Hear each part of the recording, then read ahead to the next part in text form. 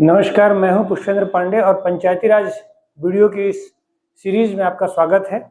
अपन आज जो टॉपिक देखने वाले हैं वो निर्वाचन का टॉपिक देखने वाले हैं, यानी छत्तीसगढ़ पंचायती राज में निर्वाचन की क्या व्यवस्था है उनके बारे में अपन देखते हैं। ठीक है, तो मैं पहले भी निर्वाचन के बारे में कुछ बता चुका हूँ आपको कि उनका सरपंच का या पंच का या जो उप सरपंच का निर्वाचन होता है वो किस तरीके से होता है। एक बार और देख ले कि निर्वाचन, अगर ग्राम पंचायत का निर्वाचन हो रहा है तो धारा 17 के माध्यम से पंच और सरपंच का चुनाव किस रूप से होता है? प्रत्यक्ष रूप से होता है, जबकि उप सरपंच का जो चुनाव होता है वो अप्रत्यक्ष रूप से होता है। जबकि जनपद पंचायत का जो अध्यक्ष यानी जनपद सदस्य और अध्यक्षों का जो चुनाव होता है वो प्रत्यक्ष तौर पर होता है, जबकि उपाध्यक्ष का जो चुनाव होता है वो अप्रत्यक्ष रूप से होता है। जबकि जो धारा 32 के तहत जिला पंचायत के जो सदस्य और अध्यक्षों का चुनाव होता है वो प्रत्यक्ष रूप से होता है और उपाध्यक्ष का चुनाव कैसा होता है? अप्रत्यक्ष रूप से होता है। तो आपको इतना याद रखना है कि जितने भी उपाध्यक्ष होंगे, चाहे वो उप सरपंच हो, चाहे जनपद उपाध्यक्ष हो या फिर जिला पंचायत का उपाध्यक्ष हो, इनका चुनाव कैसा होता है? अप्रत्यक्ष रूप से होता है। बाकी सबका निर्वाचन कैसे होता है? यानी सारे सदस्यों का, यानी पंच, जनपद सदस्य और जिला पंचायत सदस्य, जबकि जिला पंचायत के अध्यक्ष, जनपद पंचायत के अध्यक्ष और सरपंच का जो चुनाव होता है वो प्रत्यक्ष तौर पर, यानी जनता स्वयं मतदान करके उनको वोट देती है। ध्यान ये रखना है कि ग्राम पंचायत का जो निर्वाचन होता है धारा 17 के माध्यम से, जनपद पंचायत का जो निर्वाचन होता है धारा 22 के माध्यम से, और जिला पंचायत का जो चुनाव होता है, निर्वाचन होता है वो धारा 32 के माध्यम से होता है। धारा पूछने की संभावना बनती है। फिर इस निर्वाचन में आरक्षण की क्या व्यवस्था है? तो सामान्यतः आरक्षण के बारे में व्यवस्था मानी जाती है कि हमेशा आरक्षण जनसंख्या के अनुपात में होगा। अब इसका क्या मतलब है कि जनसंख्या के अनुपात में होगा? कहने का मतलब है अगर जिला पंचायत में आरक्षण जनसंख्या के अनुपात में हो, जनपद पंचायत में आरक्षण जनसंख्या के अनुपात में हो, या सरपंच का जो चुनाव है या जो ग्राम पंचायत का चुनाव हो आरक्षण के अनुपात में हो, उनका कहने का मतलब ये है कि यदि उस राज्य में अनुसूचित जाति एवं जनजातियों की संख्या अगर 10% है, मतलब जिला पंचायत, जनपद पंचायत और ग्राम पंचायतों में जो अध्यक्ष पद होगा वो 10% आरक्षित रखे जाएंगे। यानी जिन जगहों पर जनसंख्या जैसी होगी, जितने प्रतिशत में जनसंख्या होगी, उस जनसंख्या के प्रतिशत के आधार पर उनमें क्या किया जाएगा? चुनाव रखा जाएगा। दूसरा, यानी आरक्षण 3 प्रकार के रहेंगे, मतलब अनुसूचित जाति एवं जनजातियों के लिए आरक्षण, ओबीसी का आरक्षण और आप जो है महिला आरक्षण। तो महिला आरक्षण को याद रखिएगा कि हर जगह छत्तीसगढ़ में महिला आरक्षण 50% यानी 50% महिलाओं का पद होगा जो वर्गवार होगा। वर्गवार कहने का मतलब है अनुसूचित जाति एवं जनजातियों में भी 50%, ओबीसी में भी अगर है तो 50%, जनरल है तो भी 50%, यानी हर कंडीशन में महिला आरक्षण कितना होता है? 50%। अब आइए देखते हैं इसमें क्या लिखता हुआ कि आरक्षण जिला पंचायत में जो आरक्षण होगा वो जनसंख्या के अनुपात में होगा, यानी उस जिले में जितने अनुसूचित जाति की संख्या होगी उतना आरक्षण अनुसूचित जनजातियों को दे दिया जाएगा। जितनी जनसंख्या का अनुपात अनुसूचित जनजातियों की होगी उतना जनसंख्या सीट उनके लिए आरक्षित कर दिए जाएंगे, और जितना जो है ओबीसी के लिए आरक्षण निर्धारित नहीं होता है। तो ये अनुसूचित जाति एवं जनजातियों के लिए क्या होगा?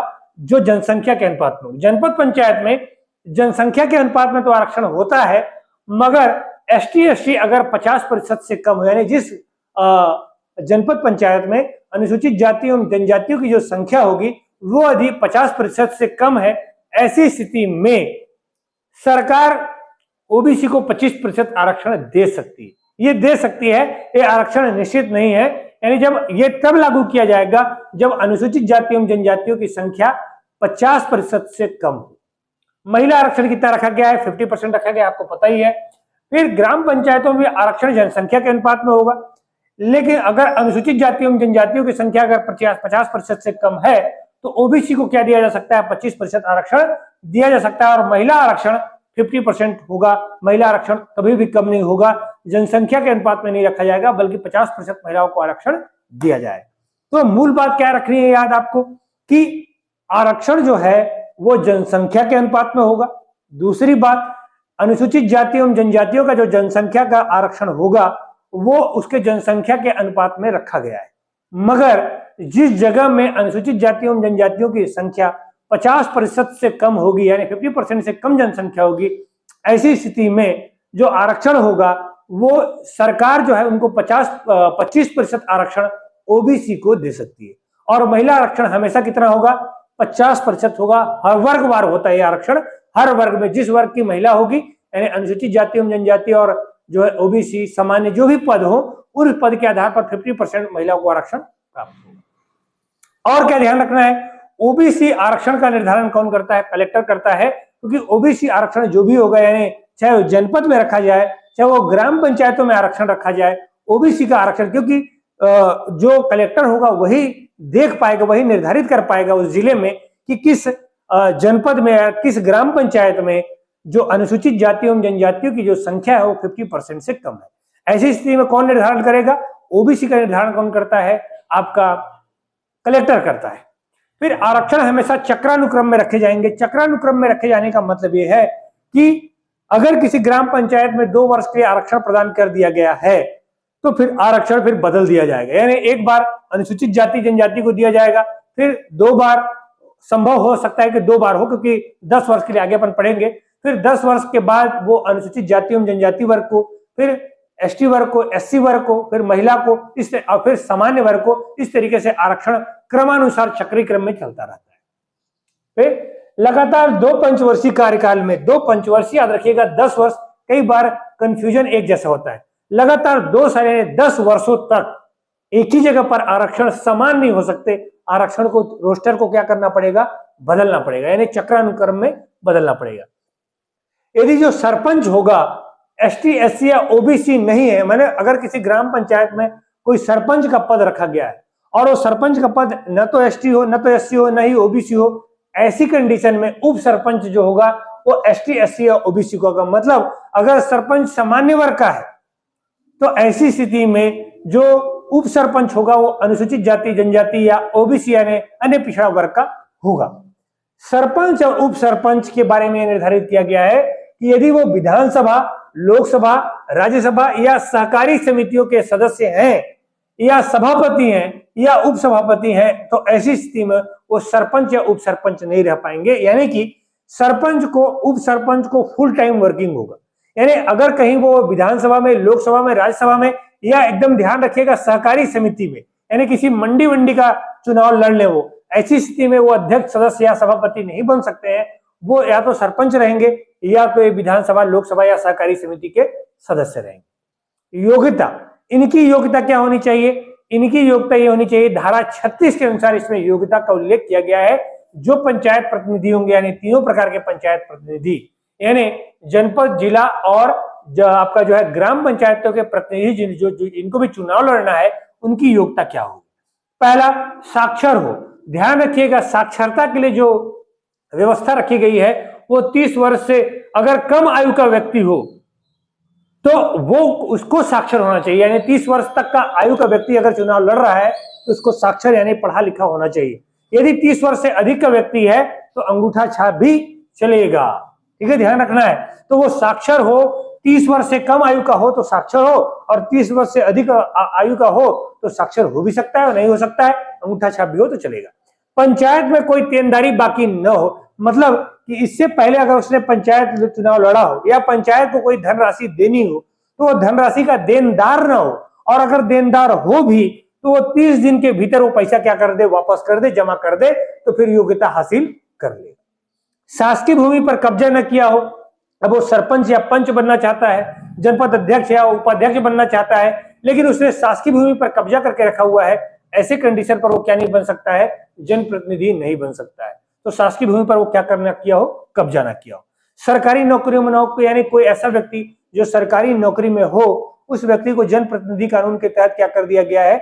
बंदिश लगा दी गई है कि वो जनप्रतिनिधि के रूप में या तो काम करेगा या तो सरकारी यानी किसी कर्मचारी के रूप में काम करेगा। तो कोई सरकारी नौकरी में हो तो फिर पंचायत चुनाव नहीं लड़ पाएगा। लाभ के पद पर न हो, पटेल को छोड़कर। यार ध्यान रखिएगा, लाभ का पद का मतलब है कोई ऐसा, उसका कोई हित न जुड़ा हुआ हो, यानी कोई ऐसे नौकरी में या किसी फर्म से, किसी सरकार से कोई धन लेने वाला कोई कार्य न करता हो, लेकिन सिवाय छोड़कर किसको? पटेल को छोड़कर, यानी पटेल हो सकता है। जो ग्राम पटेल क्या होते हैं? जो ग्राम पंचायत में राजस्व वसूली में पटवारी का सहयोग करते हैं, राजस्व वसूली यानी लगान की वसूली में पटवारियों का सहयोग करते हैं, तो पटेल वो हो सकता है। इसके अलावा और किसी नौकरी पर या किसी लाभ के पद पर ना हो, नशीले पदार्थों से संबंधित अपराधी ना हो, यानी कि वो नशा का कोई कारोबार ना करता हो या किसी नशे वाले मामले में पकड़ा न गया हो, यानी अपराधी ना हो किसी तरीके का। फिर निर्वाचन के एक मास तक वो क्या कर दे, शौचालय बना ले। स्वच्छ भारत मिशन के तहत ये अनिवार्यता है कि 1 वर्ष के भीतर चुनाव लड़ने के बाद, जीतने के बाद वो 1 वर्ष के भीतर एक जलवाहित शौचालय का निर्माण कर ले। अगर वो शौचालय का निर्माण नहीं करता है तो ये जो पंचायत प्रतिनिधि के पद पर नहीं रह सकता है। ठीक है, फिर इस निर्वाचन का संचालन कौन करता है? तो इस निर्वाचन का जो संचालन होता है निर्वाचन आयोग के माध्यम से है। निर्वाचन के संचालन का जो उल्लेख किया गया है वो अध्याय नंबर 4 में किया गया है और धारा इसके 42 और 43 में निर्वाचन के संचालन का दायित्व बताया गया। इसके अलावा निर्वाचन के दायित्व का जो उल्लेख है वो 73वें संविधान संशोधन अधिनियम जो है 1992 के अनुच्छेद 243 के में भी क्या बताया गया है, निर्वाचन के संचालन का उल्लेख किया गया है। निर्वाचन आयोग द्वारा निर्वाचन का संचालन किया जाएगा। निर्वाचन का संचालन किसके द्वारा किया जाएगा? निर्वाचन आयोग द्वारा। आयोग की जो निर्वाचन आयोग का गठन, नियुक्ति या निर्वाचन आयोग के पदाधिकारियों को शपथ कौन दिलाता है? राज्यपाल। यानी सारा काम किसका है? राज्यपाल का। निर्वाचन आयोग का गठन कौन करता है? तो राज्यपाल। निर्वाचन आयोग के सदस्यों और निर्वाचन आयोग के जो अध्यक्ष है उनका नियुक्ति कौन करता है? मुख्य निर्वाचन आयुक्त की नियुक्ति कौन करता है? वो राज्यपाल। और उनको शपथ कौन दिलाते हैं? राज्यपाल। अब निर्वाचन के पदाधिकारियों का कई बार क्रम पूछा जा चुका है, तो सबसे ऊंचे राज्य निर्वाचन आयुक्त होते हैं। सबसे ऊपर कौन होते हैं? राज्य निर्वाचन आयुक्त होते हैं, जिनकी संख्या 1 होगी। इनमें सदस्य नहीं होते हैं, एक राज्य निर्वाचन आयुक्त होगा जो पंचायत चुनाव या नगरीय निकायों का चुनाव संचालन करवाते हैं। उसके नीचे जिला स्तर पर जिला निर्वाचन अधिकारी होते हैं। सामान्यतः यह पोस्ट कलेक्टर को दिया जाता है, यानी कलेक्टर ही निर्वाचन के समय जिला निर्वाचन अधिकारी के रूप में नियुक्त हो जाते हैं। यानी कलेक्टर ही जिला निर्वाचन अधिकारी के रूप में भी कार्य करता है और जिला कलेक्टर के रूप में भी काम करता है। तो राज्य के नीचे जिला निर्वाचन अधिकारी। जो जिला नीचे निर्वाचन अधिकारी के नीचे कौन होता है? Returning officer. कौन होता है तीसरे नंबर पर? Returning officer. रिटर्निंग ऑफिसर जो होता है, अगर जिला पंचायत का चुनाव है तो जो डिप्टी कलेक्टर होगा वो रिटर्निंग ऑफिसर के रूप में काम करता है, जबकि ग्राम पंचायत और जनपद पंचायत के चुनाव में तहसीलदार रिटर्निंग ऑफिसर हो सकता है। तो रिटर्निंग ऑफिसर जिला कलेक्टर, डिप्टी कलेक्टर भी बन सकता है और तहसीलदार बन सकता है। पीठासीन अधिकारी उसके नीचे होते हैं, रिटर्निंग ऑफिसर के नीचे। वो मतदान केंद्र के प्रभारी होते हैं, यानी हर मतदान केंद्र में एक पीठासीन अधिकारी होगा। उसके नीचे जो कर्मचारी, शासकीय कर्मचारी का होता है, वो मतदान अधिकारी कहलाते हैं। वो क्या कहलाते हैं? मतदान अधिकारी। तो सबसे ऊंचे राज्य निर्वाचन अधिकारी, उसके नीचे जिला निर्वाचन अधिकारी, उसके नीचे रिटर्निंग ऑफिसर, उसके नीचे पीठासीन अधिकारी और उसके नीचे मतदान अधिकारी नियुक्त होते हैं। ये पूरा चुनाव का क्या करवाते हैं? निर्वाचन करवाते हैं। फिर निर्वाचन आयोग के कृत्य क्या होंगे, शक्तियां क्या होंगी, कौन कौन से कार्य करवाएगा? एक तो पंचायत और नगरीय निकाय जो अभी संचालित किए जा रहे हैं, वो सारा चुनाव का जो संचालन है वो चुनाव आयोग यानी राज्य निर्वाचन आयोग के माध्यम से होता है। फिर निर्वाचक नामावली का तैयार करवाना। निर्वाचक नामावली का मतलब है कि जो प्रत्याशी हैं, जो मतदान करने वाले लोग हैं, यानी निर्वाचक पत्र भी बनवाना है और कौन कौन प्रत्याशी होंगे वो निर्वाचक नामावली बनवाएंगे। चुनाव हेतु तो अधिकारी कर्मचारी की नियुक्ति करना, यानी किन किन की ड्यूटी लगेगी चुनाव में, ये भी निर्धारण कौन करता है? राज्य निर्वाचन आयोग। फिर आचार संहिता की घोषणा करना और चुनाव तिथि का निर्धारण करना। चुनाव तिथि की घोषणा होते ही आचार संहिता लागू हो जाती है। आचार संहिता का मतलब होता है कि कोई भी लोक लुभावन या कोई नए कार्य या कोई जो है नई घोषणा सरकार नहीं कर सकती है, जो है मतदाताओं को प्रभावित नहीं किया जाता है। तो आदर्श संहिता की घोषणा करते हैं और चुनाव तिथि का निर्धारण करते हैं। इसके अलावा मतदाता जो प्रत्याशी होंगे, प्रत्याशियों को चुनाव चिन्हों का भी आवंटन क्या किया जाता है? ध्यान रखिएगा, यहाँ पर 2 प्रकार के चुनाव होते हैं, एक पंचायत चुनाव और एक नगरीय चुनाव। तो जो पंचायत चुनाव और जो नगरीय निकाय के जो चुनाव होते हैं, उनमें से नगरीय निकाय के चुनाव दलीय आधार पर लड़े जाते हैं, यानी बीजेपी, कांग्रेस या आम आदमी या किसी भी पार्टी के तरफ से लड़े जाते हैं। तो ऐसी स्थिति में जब नगरीय निकायों का चुनाव होगा तब निर्वाचन जो चिन्ह है वो आवंटित नहीं किए जाते हैं, क्योंकि वो चिन्ह पहले से उनको आवंटित होते हैं। जबकि जब पंचायत निर्वाचन होगा तो ये दलीय आधार पर नहीं होते हैं। तो जब ये दलीय आधार पर नहीं होंगे तो ऐसी स्थिति में राज्य निर्वाचन जो आयुक्त होगा या राज्य निर्वाचन आयोग होगा वो चुनाव चिन्हों का क्या करेगा, आवंटन करेगा। फिर निर्वाचन का अधीक्षण, निर्देशन या नियंत्रण यानी पूरे निर्वाचन का संचालन कौन करता है, निर्वाचन आयोग। फिर ये ध्यान रखना है कि जब निर्वाचक नामावली का निर्माण किया जाता है यानी निर्वाचक नामावली बनेगा तब उसके लिए निर्वाचन आयोग एक रजिस्ट्रीकरण अधिकारी की नियुक्ति करेगी, यानी निर्वाचक नामावली निर्वाचन आयोग के माध्यम से रजिस्ट्रीकरण अधिकारी के द्वारा क्या किया जाता है, उसका निर्माण किया जाता है। तो निर्वाचक नामावली होती है, एक रजिस्ट्रीकरण अधिकारी की नियुक्ति होगी और अगर इस रजिस्ट्रीकरण अधिकारी ने अपने कर्तव्य को पालन करने में किसी तरह की लापरवाही बरती तो ऐसे कंडीशन में उसको 3 माह से लेकर 2 वर्ष की क्या हो सकती है, सजा हो सकती है।